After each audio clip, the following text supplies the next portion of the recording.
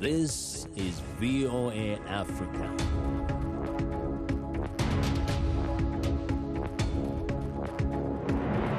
Hello, I'm Esther Githui-Ewart. It's Monday, February 1st. This is Africa 54.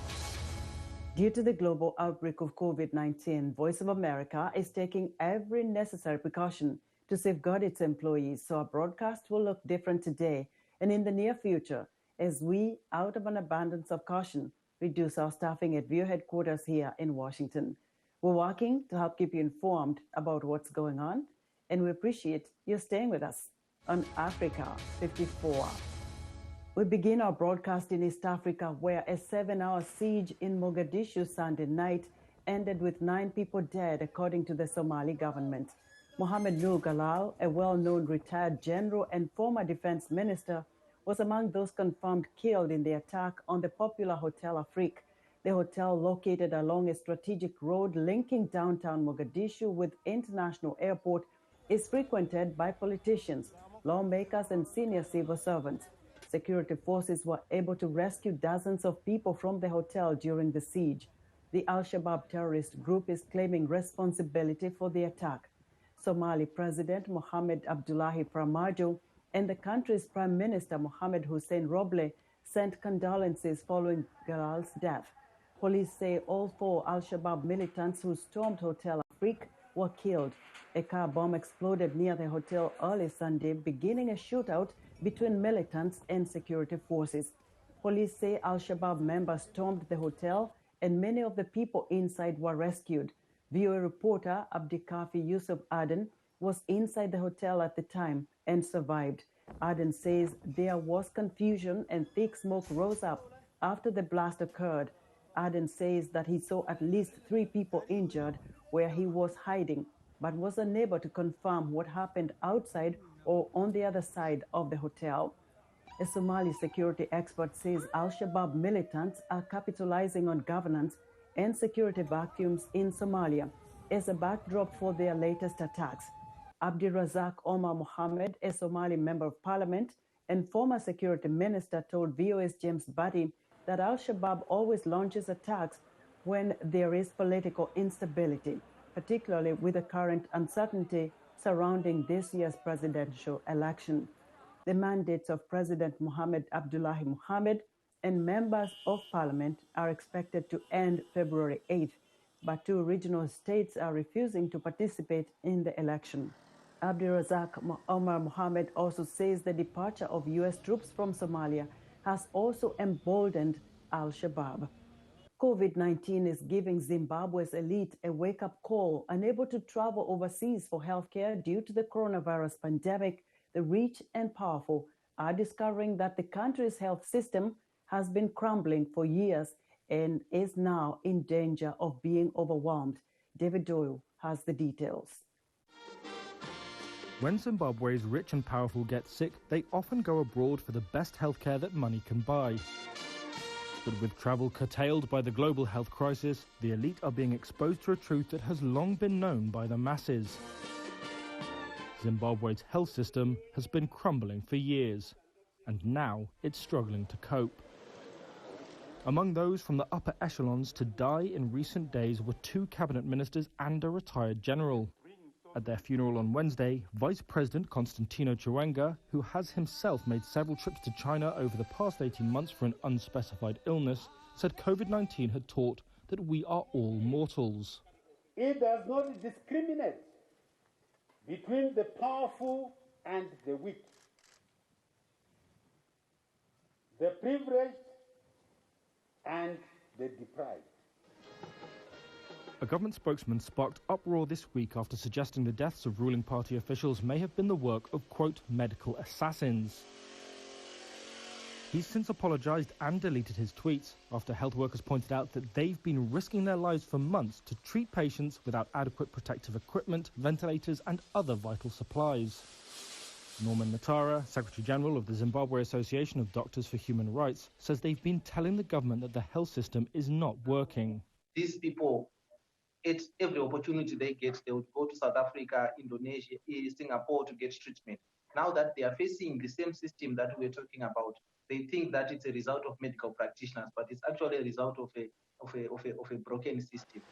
Anger among overwhelmed medics is also adding to broader dissatisfaction amidst a prolonged economic crisis, just as infections are surging. More than half of Zimbabwe's over 32,000 confirmed cases were recorded in January alone, according to a Reuters tally. The government says it's doing its best with limited resources, and the country's COVID-19 task force coordinator says Zimbabwe is equipped to handle the second wave, and that the government was emphasizing prevention after tightening lockdown rules earlier this month. David Doyle of Reuters filed that report. American Muslims are welcoming President Joe Biden's executive order lifting travel restrictions on several Muslim-majority countries, restrictions often referred to as the travel ban or Muslim ban. VOA's Yunus Salim spoke to American Muslims in this report, narrated by Nova Pawadi. Muslim Americans applauded President Joe Biden's executive order reversing the travel restrictions imposed by the previous Trump administration. Usama Jamal is with the Muslim advocacy group, the U.S. Council of Muslim Organizations. We were very delighted with the executive order that President Joe Biden promised to execute the first day of his presidency, and that is to repeal the Muslim ban that President Trump did in his 4 years of administration. Muslims impacted by the restrictions also welcomed the move, including Abrar Omeish, a Libyan American in Northern Virginia. I definitely was skeptical when I heard about it being on his agenda as he was running in the beginning, but I'm really pleased to see that he followed up on that. Abrar Omeish was born and raised in the U.S. and in 2019 was elected to Fairfax County's school board. She says the so-called travel ban during the Trump administration made her question her place in America. And that honestly even made me feel kind of like a second-class citizen, where all of my friends, my peers had the opportunity to enjoy their family and their extended family, and in the holidays they go visit special occasions, whether that be a graduation or an engagement or a new baby, but that wasn't even something I could consider or think about or imagine. And it was Libya was one of the countries that President Trump put on a travel restriction list in an executive order he signed in January 2017.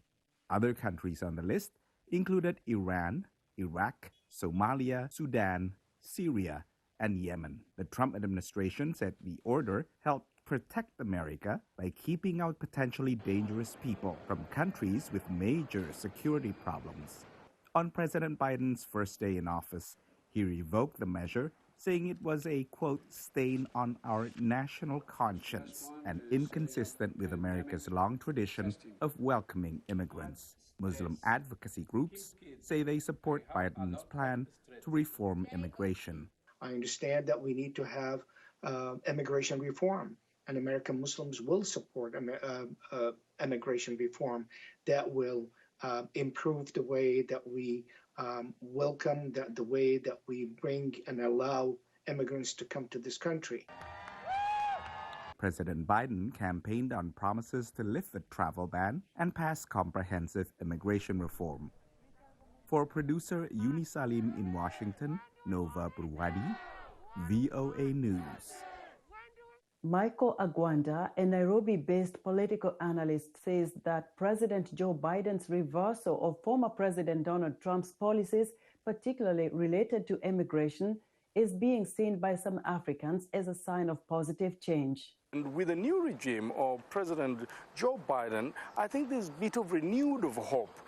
Remember that one of the things that Africa is so keen about is the immigration issues, because there are many, many immigrants from Africa to United States of America who are doing a lot of work in America. Some professionals, some unprofessionals, but are doing all manner of work. And when you have a situation where their life is uncertain and their stay in the United States of America is having a glimmer of uncertainty, then there is great fear. And for that reason, we know that during President Trump time, a lot of immigrants from Africa were repatriated back home. Unfortunately, for one reason or the other, but this might not be necessarily a wrong thing. However, anybody who is repatriated is not repatriated with joy on his face, because they've left friends, they've left their job, they have an uncertainty of life in Africa, and for that reason, they come, with great uncertainty. And I think when I saw President Joe Biden sign an executive order on immigration issues, on DACA cases, and also lifting ban on some Muslim African countries, I think there was a glimmer of hope. Agwanda also says that the United States needs to rethink its strategy to administering healthcare-related aid and should help the continent address the brain drain of its best and brightest. The Democrats have had a great relationship with the Africans. Not to say that the Republicans haven't had a good relationship. We know that President Bush brought PEPFAR fund and helped with HIV/AIDS in a big way, and so give it to them. However, in this case, we are having a Democratic administration. And the Democrats could have a huge impact in Africa if they devise a different strategy in approaching the pandemic, and that is, HIV/AIDS pandemic, in approaching COVID-19 pandemic, in approaching health matters in Africa. I think the tendency that has been there in the past in terms of a relationship between the United States of America and the African nation has been specifically to work with the government, and they've been throwing a lot of help of finances and resources through the government system. I think it will be important that Joe Biden and Harris administration will diversify on how they want to fund organizations in Africa. And I think through community-based organization, that will benefit people one-on-one on the grassroots level. And I think it is also important that we also think of a way on how we can stop the immigrants from Africa to United States of America. And the only way to do that is to create democratic society in Africa and still pushing the agenda of democracy. Not to say that Africa does not have democracy. Yes, they do have democracy, but it's a conditional democracy. It's a limited democracy. I think a further democracy agenda needs to be addressed. That was Michael Agwanda, a Nairobi-based political analyst. We're excited to hear what you think about Africa 54 and the stories we cover. Join the discussion on Facebook. The address is Africa 54. We're also streaming our broadcast live on Facebook. Please watch and share our show with your friends. Also, check out our headlines 24/7 on voaafrica.com. Coming up, the Confederation of African Football president is back on the job Monday after having a 5-year FIFA ban temporarily frozen by sport's highest court. We'll be right back.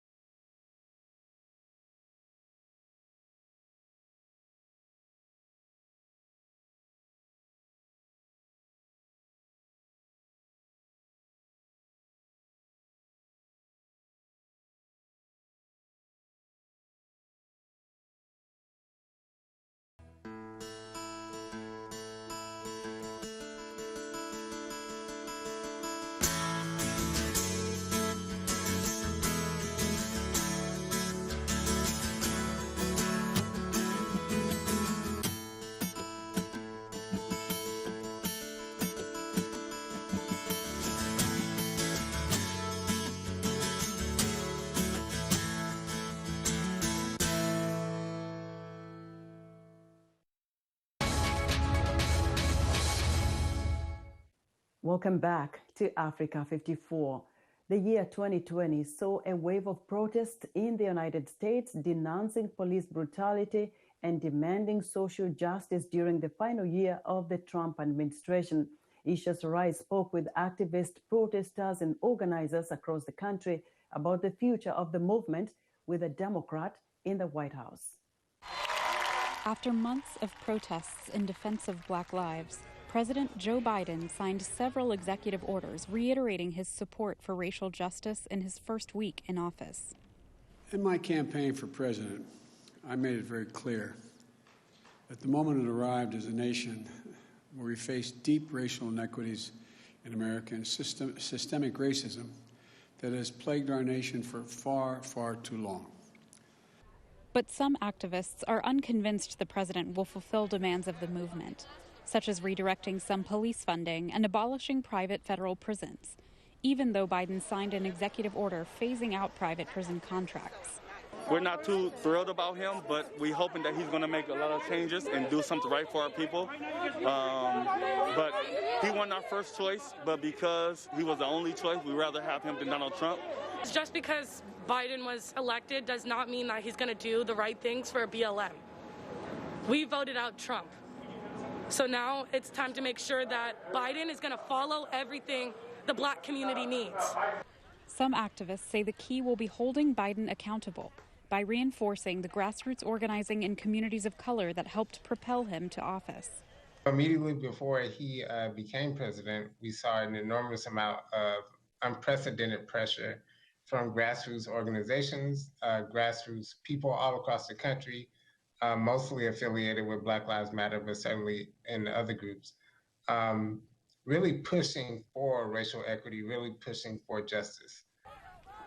While some protests against racial injustice have been marred by violence, which both Biden and Trump condemned, the movement has largely advocated for peaceful protests and underscored the importance of work on local levels. My opinion as somebody who does grassroots organizing is that a lot of that is going to come from like the cities we live in, the organizing we do, keeping the narrative conversations going. Organizers who work for racial justice even when protests aren't making national headlines encourage fellow Americans to continue having conversations about correcting injustices. People don't always know that they can contribute in different ways other than maybe being seen as somebody who's speaking and who's like shouting or who's like maybe like somebody saying their story. There's so many like really tangible ways that a movement can be supported. You can keep the conversation relevant with the people in your household. You can keep the conversation relevant with people in your churches or in your communities, wherever you socially gather, virtually, of course. Activists are optimistic the conversation will remain relevant in Washington as well. Isha Sarai, VOA News, Washington. U.S. President Joe Biden has reversed several Trump administration health care policies, including one that restricted access to abortion both inside and outside the United States. VOA White House correspondent Patsy Widakuswara has this story on what Biden's actions may mean for women's reproductive rights around the world.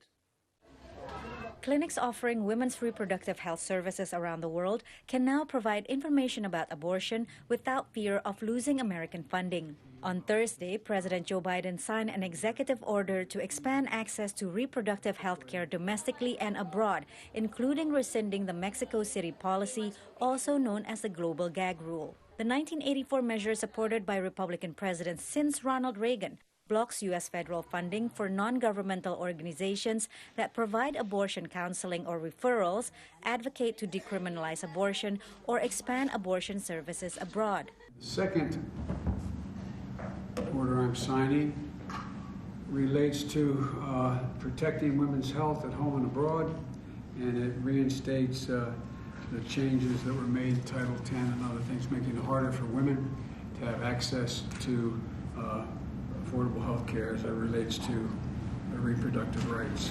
Previous Democratic presidents, including Bill Clinton and Barack Obama, have rescinded the rule, arguing that it deprives women and girls around the world of access to critical health care. Every time funding for reproductive health care services, including for abortion care, is cut or undermined, whether globally or domestically, people's health is at risk, people's economic security is at risk, and quite frankly, people's lives are at risk. Biden also reversed the Trump administration's domestic abortion restrictions. Abortion is legal in the U.S., but has been more difficult to access under Trump. It would be a wonderful step if we could actually limit that more, but unfortunately, under the Biden administration, I only see him pushing for more pro-choice legislation. In another move to roll back Trump policies, Biden signed orders expanding access to the federal health insurance program Medicaid and the Affordable Care Act, the health insurance legislation also known as Obamacare. Basically, the best way to describe them, to undo the damage Trump has done. According to the Kaiser Family Foundation, roughly 15 million uninsured Americans could benefit from the expansion of these programs. Patsy Widakuswara, VOA News. U.S. congressional leaders are set to open debate this week on a COVID-19 economic relief measure as vaccinations continue nationwide. Michelle Quinn reports. In the United States, coronavirus cases have been dropping, along with hospitalizations. Still, January was a deadly month, with more than 90,000 lives lost to the COVID-19 disease caused by the virus. The vaccine rollout has been chaotic and raised questions about who is receiving the vaccine. Can we get vaccines to those people who are at the greatest risk of being infected, being hospitalized, and dying? Pressure is on Congress to get more money to states to help with the vaccination effort and to help people who are suffering economically. Congress this week is expected to take up President Joe Biden's $1.9 trillion coronavirus relief bill, a broad package that includes money for a national vaccination program and expansion of unemployment payments. The question is whether Republicans will support the package. I support passing COVID relief with support from Republicans if we can get it, but the COVID relief has to pass. There's no ifs, ands, or buts. Many Republican lawmakers have balked at the legislation's price tag and question whether all the spending is necessary. 10 Republican senators wrote a letter to Biden Sunday asking for a compromise and offering a counterproposal of about 1/3 of what Democratic leaders are seeking. One of them, Senator Bill Cassidy, a Republican from Louisiana, said on Fox News Sunday that Biden was pursuing not real unity, but the patina of bipartisanship. Democrats say they will seek a process that will allow them to pass the bill with a slim majority. Senator Bernie Sanders is an independent from Vermont and the incoming Senate Budget Committee chair. If Republicans want to work with us, they have better ideas on how to address those crises, that's great. But to be honest with you, I have not yet heard that. The window for moving fast on the legislation may be temporarily closing. The February 9 Senate impeachment trial of former President Donald Trump could slow lawmakers' work. Michelle Quinn, VOA News.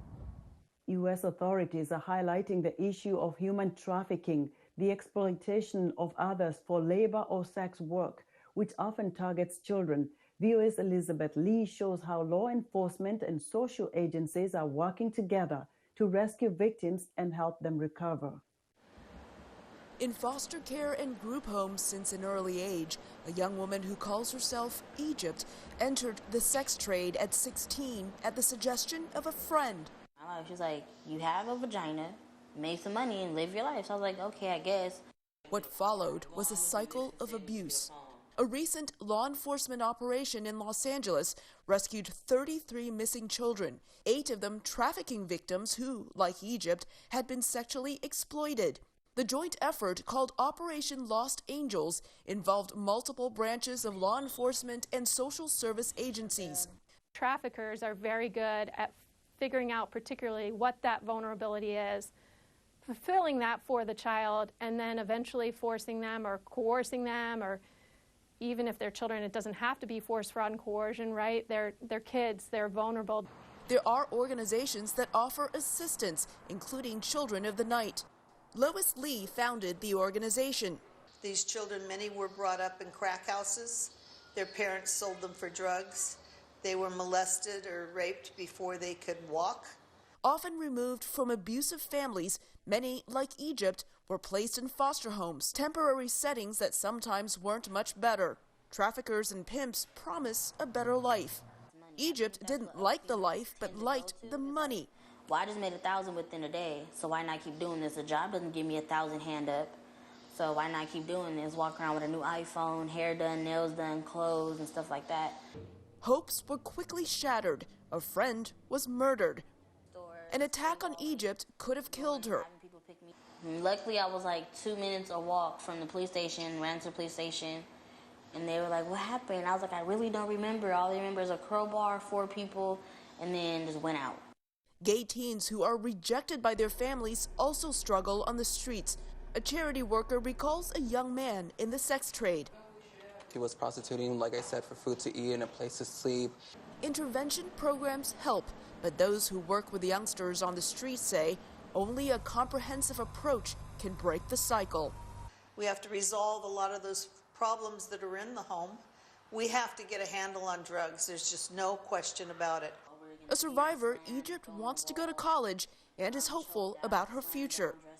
Sometimes you're in the darkness, but there's always some type of light at the end of the tunnel. Lee says her organization helped 500 children last year. Many more are still on the streets, exploited and desperate. Elizabeth Lee, VOA News, Los Angeles.